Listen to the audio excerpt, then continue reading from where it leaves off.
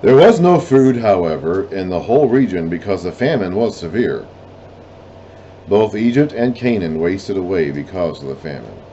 I'm guessing this would have also been affecting the Nile's flood stages too. Doesn't really say directly how the Nile was affected by this famine, but it must have been. Joseph collected all the money that was to be found in Egypt and Canaan in payment for the grain they were buying, and he brought it to Pharaoh's palace.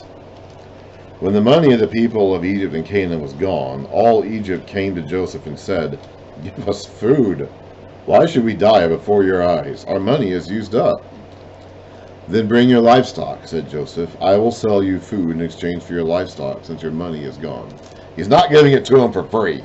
They're going to have to pay for this food. Whatever they have to pay, they're going to pay. Even if they have nothing but themselves, they're going to pay. He's not giving these out for free.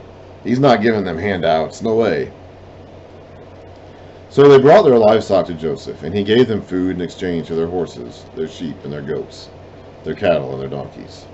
And he brought them through that year with food in exchange for all their livestock. When that year was over, they came to him the following year and said, "We cannot hide from our Lord the fact that since our money is gone, our livestock belongs to you.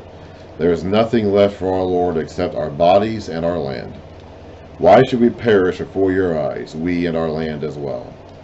Buy us and our land in exchange for food, and we with our land will be in bondage to Pharaoh. Give us seed so we may live and not die, and that the land may not become desolate." So these people would rather have slavery than death. They would rather bind themselves to Pharaoh and be indebted to Pharaoh than die. So Joseph bought all the land in Egypt for Pharaoh. So he's making Pharaoh a very powerful person. The Egyptians, one and all, sold their fields because the famine was too severe for them. The land became Pharaoh's, and Joseph reduced the people to servitude, or he moved the people into the cities. That sounds a lot like China. That sounds a lot like what China does in moving people around and telling people where they're going to live and what they're going to do. Joseph practiced socialism, communism, all those bad things. He was a fascist, a dictator. He had all the power. He dictated what everyone was going to do and where they were going to live even. Let's see here.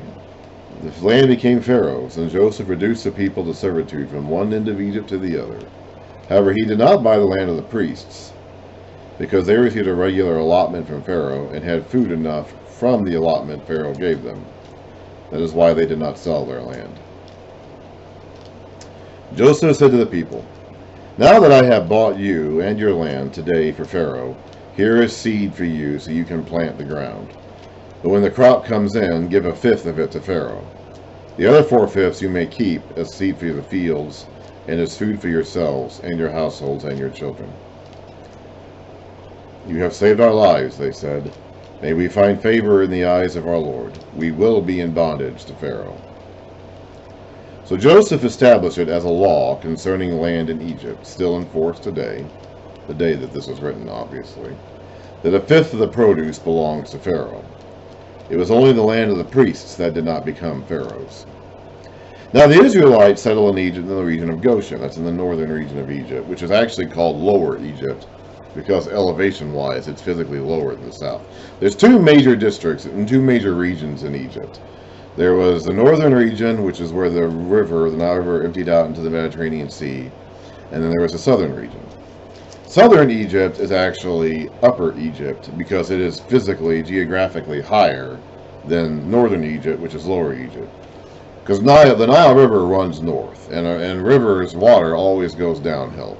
So from the Nile's river source, south of Egypt in Lake Victoria, it runs south. It runs downhill north from there into the Mediterranean Sea.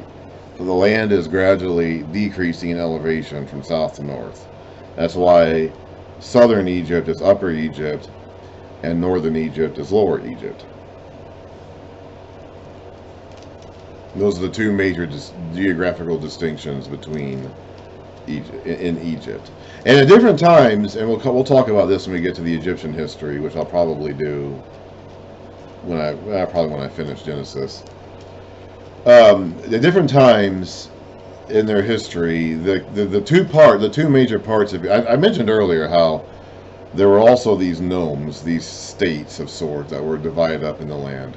But the two big distinctions between the north and the south are lower and upper, and they were not always united. There were different times in their history when northern Egypt or southern Egypt had different pharaohs, or even more than two pharaohs in some cases. But we'll talk about that when I get to the Egyptian side of the history.